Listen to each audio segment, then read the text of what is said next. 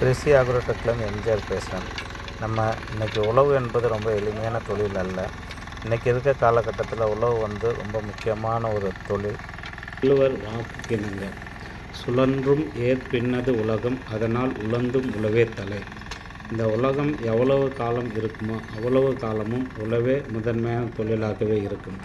எத்தனை ஏஐ வந்தாலும் உணவை உற்பத்தி செய்வதற்கு ஒரு இனம் வேண்டும். அந்த இனம் விவசாயம் என்ற ஒரு இனம் மட்டுமே இருக்கும். இன்றைய தலைமுறைகள் வள்ளுவர் வாக்குக்கு இணங்க உணவே மருந்து என்று இயற்கை வேளாண்மை செய்து வருகின்றார்கள். அதற்கு ஒரு நல்ல மெஷினரி உதவி தேவை இருக்குது. ஸோ அதனால் நம்ம நல்ல மெஷினரியை தேடிட்டு இருக்காங்க. ஸோ அதன் காரணமாகத்தான் நம்ம இந்த பிசிஎஸ் மெஷினரியை கொண்டுட்டு வந்து இங்கே தமிழ்நாடு பூரா கொடுத்துட்ருக்கோம். ஸோ நம்மள்ட்ட வாங்கின கஸ்டமர் எல்லாருமே ஒரு மோர் தென் 10 to 15 இயர்ஸ் பயன்படுத்திகிட்டு இருக்காங்க. ஸோ அவங்க பார்த்திங்கன்னா ஒவ்வொரு மெஷினரி ஒவ்வொரு சாயலுக்கு தகுந்த மாதிரி நம்ம மெஷினரி வேலை செய்யும். ஸோ இன்றைக்கி நாங்கள் ஒரு 5 வகையான கஸ்டமருக்கு மெஷினரி கொடுத்துருக்கோம். ஸோ அந்த 5 பேர்த்துடைய டெமோவும் இந்த வீடியோவில் அட்டாச் பண்ணியிருக்கோம். ஸோ இப்போ பார்த்திங்கன்னா மருந்தென வேண்டாவாம் யாக்கைக்கு அருந்தியது அற்று போற்றி உணின் அப்படின்னு திருவள்ளுவர் சொல்கிறாரு. நம்ம உடலுக்கு தேவையான சக்திகள் இயற்கையாகவே நமக்கு வழங்கிக்கிட்டு இருக்குது இந்த பூமி. ஸோ அந்த பூமியில் களைகள் அதிகம் இருக்கிறதுனால நிறையா பேர் களைக்கொல்லி அடிச்சிட்ருக்காங்க. ஸோ அப்போ பார்த்திங்கன்னா அந்த களைக்கொல்லினால் நிறைய டிசீஸ் வந்துட்டுருக்கு.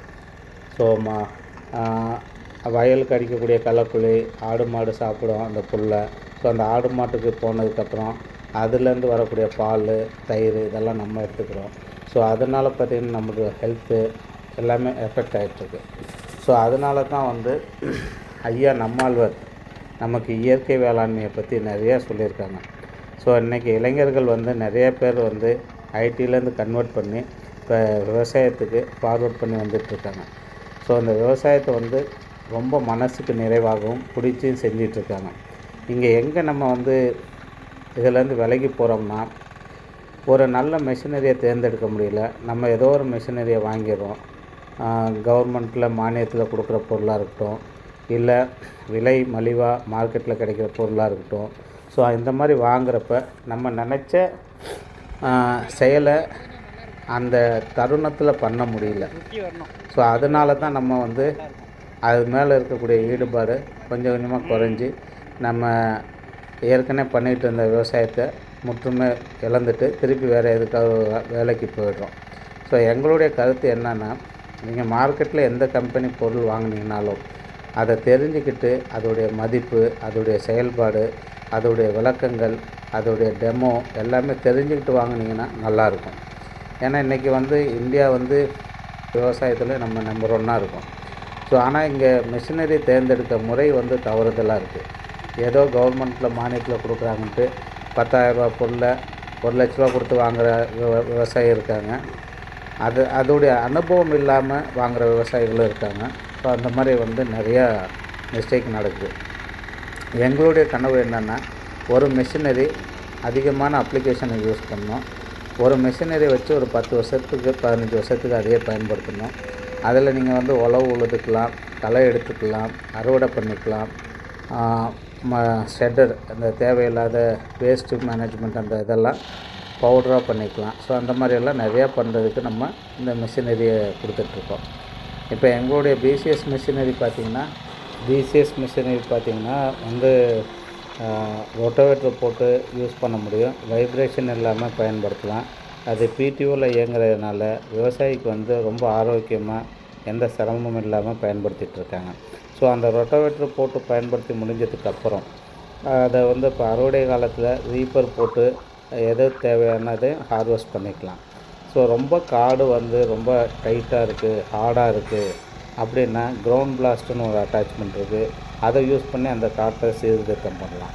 ஸோ இப்போ நம்ம கரும்பு, காய்கறி, அதுக்கப்புறம் பழப்பயிர்கள், மரப்பயிர்கள், இப்போ தோட்டப்பயிர்கள், இந்த மாதிரி பூக்காட்டுக்கெல்லாம் உங்களுக்கு பார் அமைக்கணும் அந்த மாதிரிலாம் இருக்குதுன்னா ரிஜிட்டுன்ற ஒரு அட்டாச்மெண்ட் வச்சு நம்ம பார், கரை, தண்ணி கட்டுறது எது வேணாலும் யூஸ் பண்ணலாம்.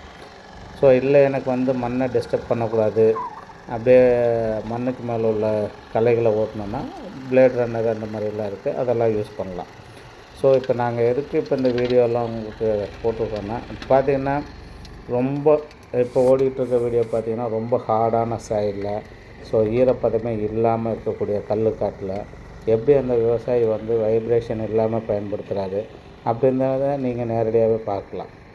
ஏன்னா இன்றைக்கி மார்க்கெட்டில் வந்து அங்கே எப்பொழுதும் சொல்கிறது தான், நீங்கள் எங்கள்கிட்ட மெஷின் வேணால் எடுக்கிறதுக்கு முன்னாடி ஒரு டெமோ பாருங்கள். நம்ம மெஷின் மட்டும் இல்லை, இன்னொரு கம்பெனி மெஷினும் எடுங்க, 2 மெஷினுமே ஒன்றா வச்சு ஓட்டி பாருங்கள்.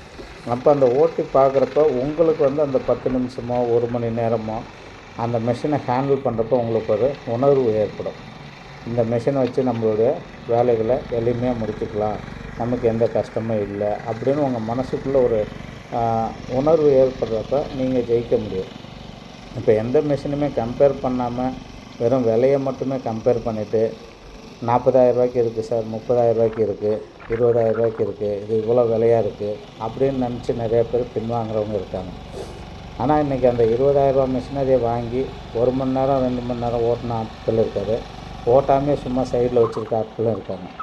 ஸோ இதுதான் நீங்கள் இப்போ நம்ம கஷ்டப்படுறோம், நம்ம எதுக்காக கஷ்டப்படுறோம், நம்மளுடைய வாழ்வாதாரத்தை உயர்த்திக்கிறது தான்.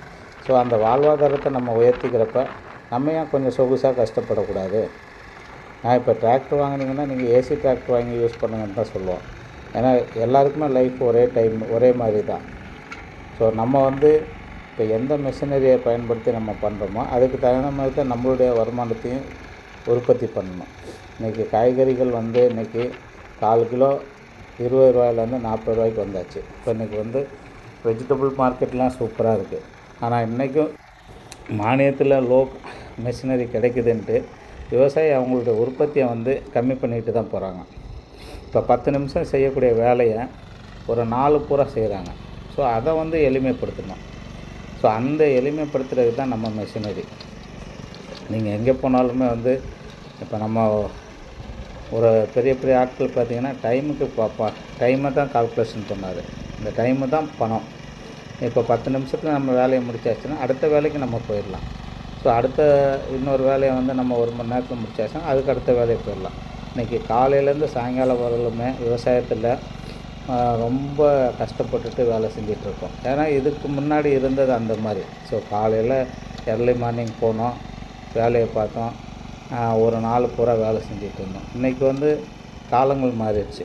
ஸோ இன்றைக்கி அதுக்கு தகுந்த மாதிரி மெஷினரிகள் அதிகம் வந்தாச்சு. ஸோ அந்த மெஷினரியை தேடணும், அந்த மெஷினரியை ஓட்டி பார்க்கணும். ஸோ அதுக்கப்புறம் தான் நம்ம பர்ச்சேஸ் பண்ணணும்.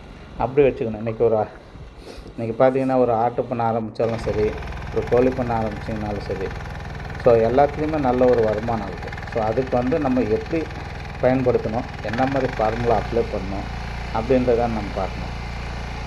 இப்போ நீங்கள் பார்க்குறீங்க, ஒரு மிஷின் ஈரோட்டுக்கார் வாங்கினார். அது அவர்கிட்ட 3 பவர் வீடு இருக்குது, கோயம்புத்தூர் கம்பெனிக்கு. அதுக்கப்புறம் நம்மள்கிட்ட வாங்கினாங்க. அப்புறம் அவங்க அந்த மிஷினை நெல் வயலில் ஓட்டி பார்த்துட்ருக்காங்க. ஸோ அவராக தான் சொன்னார், இதில் எவ்வளோ விலை என்னப்பா இருக்குது, இது என்ன தொந்தரவுக்குன்னு. இப்போ பார்த்திங்கன்னா அந்த மிஷினை ஓட்டுறப்போ அவ்வளோ ஒரு ஹாப்பி அவர் மனசுக்கு. அப்போ அந்த மிஷினை நான் ஒரு 10 நிமிஷம் கூட என்னால் பிடிக்க முடியாது. அந்த மிஷின் இவ்வளோ அருமையாக இருக்குது, ஒரே உழவில் மண் நல்லா பவுடராகிடுச்சு. ஸோ அதுதான், அந்த திருப்தி தான் வேணும். இப்போ நம்ம ஒரு மிஷின் யூஸ் பண்ணுறப்ப 4 முறை ஒரு உழவை ஓட்டுறோம். அந்த 4 முறை ஓட்டுற உழவை நம்ம ஒரே முறையில் திருப்பிக்கிட்டே வராது. ஸோ அப்போ அந்த மண் ஒரே ஒரு டைமில் அவ்வளோ பவுடராக ஆகிறப்ப நம்மளுடைய வேலை குறைஞ்சிது. அடுத்து நமக்கு அந்த வயலில் வேறு என்ன பயிர் வைக்கணுமோ அதை ஈஸியாக வச்சுக்கலாம். ஸோ இப்போ நெல் அறுவடை பண்ணிட்டாங்க. ஸோ அதை உளுந்து தெளிக்கலாம், இல்லை காய்கறி வைக்கலாம், இல்லை ஏதாவது ஒரு பயிர்கள் வைக்க முடியும். ஸோ அந்த நெல் தாளை கூட பாருங்கள், அவர் கையை விட்டுட்டு வேட்டியை மடித்து கட்டிட்டு வண்டியை ஓட்டிகிட்டு வராரு. ஸோ அந்த மாதிரி அந்த வைப்ரேஷன் கிடையாது, வண்டி கீழே ஆளை தள்ளுறது கிடையாது. ஸோ ஒரு குழந்தைங்க கூட இதை ஈஸியாக பயன்படுத்த முடியும். இது டிராக்டர் என்ன மாதிரி டெக்னாலஜியோ அந்த மாதிரி டெக்னாலஜியில் நமக்கு பயன்படுத்தியிருக்காங்க இந்த மிஷினை. ஸோ அதனால தான் இதோடைய விலை அதிகமாக இருக்குது. நீங்கள் இதுக்குள்ளே வரக்கூடிய ஒவ்வொரு ஸ்பேர் பார்ட்ஸும் நம்மளோட லாங் டேர்மை சிந்தித்து பண்ணியிருக்காங்க. ஸோ இட்டாலியிலலாம் பார்த்திங்கன்னா இன்றைக்கும் டீசல் இன்ஜினாக இருக்கட்டுங்க, மிஷினரியாக இருக்கும், வேர்ல்டில் நம்பர் 1 பண்ணிகிட்ருக்காங்க. ஸோ அந்த காஸ்ட்டு அதை தான் நம்ம இங்கே பார்க்கணும். நம்ம சைனீஸ் வந்து இன்றைக்கி நிறைய பேர் எடுத்துகிட்டு வராங்க. எடுத்துகிட்டு வந்து என்ன பண்ணுறாங்க, அவங்களுடைய பேரை ஸ்டிக்கரை போட்டு கொடுக்குறாங்க. யாருமே மேனுஃபேக்சரிங் பண்ணுறதுக்கு இல்லை. ஒரு மேனுஃபேக்சரிங்னா ஒரு பொருளை கன்சிஸ்டண்ட்டாக அதை தயார் பண்ணிகிட்ருக்கவங்க அதை ஈஸியாக பண்ண முடியும். ட்ரேடிங்னா 1000 பொருளை வாங்கி ஸ்டிக்கரை போட்டு தயார் பண்ணுறேன்னு சொல்லி விற்பனை பண்ணலாம். ஆனால் எல்லா பொருளுமே அவங்களால தயார் பண்ண முடியாது. ஸோ அது யாருமே இங்கே பார்க்குறதில்ல மார்க்கெட்டில். ஸோ மார்க்கெட்டில் சொல்கிறாங்க நான் தயார் பண்ணுறேன். ஒரு லேத்து பட்டறைக்கே இன்றைக்கி இன்வென்ட்ரி வேணும்னா ரொம்ப கஷ்டம் இருக்குது. அதை நீங்கள் புரிஞ்சுக்கிட்டு மிஷினரியை செலக்ட் பண்ணணும். ஏன்னா இங்கே வந்து யாரும் வந்து உண்மையை சொல்லியோ இல்லை அதுக்கு தகுந்த மாதிரி யாரும் பண்ணுறதில்ல. ஸோ எல்லா கஸ்டமர் இப்போ நாங்கள் பிசிஎஸ் கொடுத்துருக்க கஸ்டமர் ஒவ்வொருத்தருக்கையும் வேறு கம்பெனி வீடு 1-2 இருக்குது, ஆனால் பயன்படுத்தலை. ஸோ இப்போ அந்த இழப்பை யார் சரி பண்ணுவாங்க? அதை தாண்டி இப்போ பிசிஎஸ்க்கு வந்துட்டுருக்காங்க. ஸோ அதுதான் அந்த குவாலிட்டி நாங்கள் காமிக்கிறோம். இப்போ பார்த்தீங்கன்னா இப்போ களிமண் ரொம்ப கடுசான பூமி. இப்போ களிமண்ணில் எப்படி ஓடுது? ஸோ அவங்க மண்ணை வந்து அந்த மாதிரி பறிச்சிருக்கான்னு எடுத்து பார்க்குறாரு. அதுதான் இங்கே ரிசல்ட்டு. ஸோ இந்த களிமண்ணில் எவ்வளோ ஹார்டான பூமியில் இந்த பிசிஎஸ் ஓடுதுன்றதை எடுத்து பார்த்தாங்க. ஸோ அதுக்கப்புறம் செம்மண்ணில் நம்ம எப்படி ஓட்டிகிட்ருக்காங்க அப்படின்றதையும் நீங்கள் பார்க்கலாம். ஸோ ரொம்ப ஒரு சின்ன பசங்க கூட இந்த மிஷினை ஆப்ரேட் பண்ணலாம். இதனால் எந்த ஒரு பாதிப்பும் ஏற்படாது. ஸோ இது வந்து 100% சேஃப்டி வெஹிக்கிள்.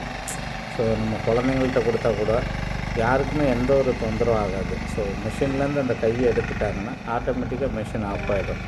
ஸோ இதுதான் வந்து 100%.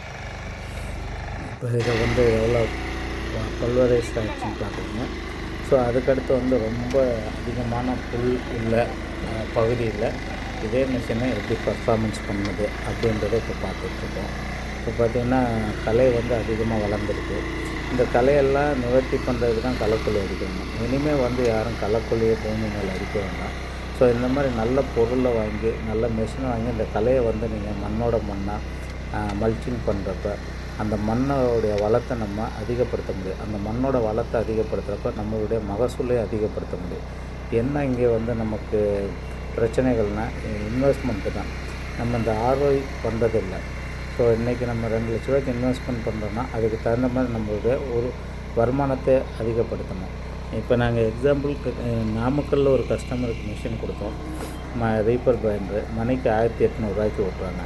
ஸோ இப்போ 3000 மணி நேரம் அவர் ஓட்டியிருக்காரு. ஸோ அப்போ நீங்கள் கால்குலேஷன் பண்ணிக்கணும். 1800 × 3000 மணி நேரம். அப்போ அவங்களுக்கு வந்து அதில் ஒரு வருமானம் இருக்குது. ஸோ இப்போ அதை வச்சு அவர் இன்றைக்கி 3 மிஷின் வாங்கி வாடகைக்கு ஓட்டிகிட்ருக்காங்க. இப்போ அவர் பார்த்திங்கன்னா ஒரு ஆளுக்கு 1000 ரூபா அப்படின்ற விதத்தில் சம்பளம் கொடுத்து அந்த மிஷினரியை லோக்கலில் வாடகைக்கு சோளப்பயிர்கள்லாம் எடுத்து கட்டுற மாதிரிலாம் பண்ணிகிட்ருக்காரு. ஸோ அவரும் வந்து பிசிஎஸ் மிஷின் ஃபஸ்ட்டு எடுக்கிறப்போ விலை அதிகம் இருக்குது அப்படின்லாம் யோசித்து ரொம்ப சிந்திச்சு அதுக்கப்புறம் எடுத்தார். அதுக்கப்புறம் அந்த மிஷினில் வாடகையில் எர்ன் பண்ணதுக்கப்புறம் அடுத்தடுத்து மிஷின் எடுத்து இன்றைக்கி பயன்படுத்திகிட்டு இருக்காங்க.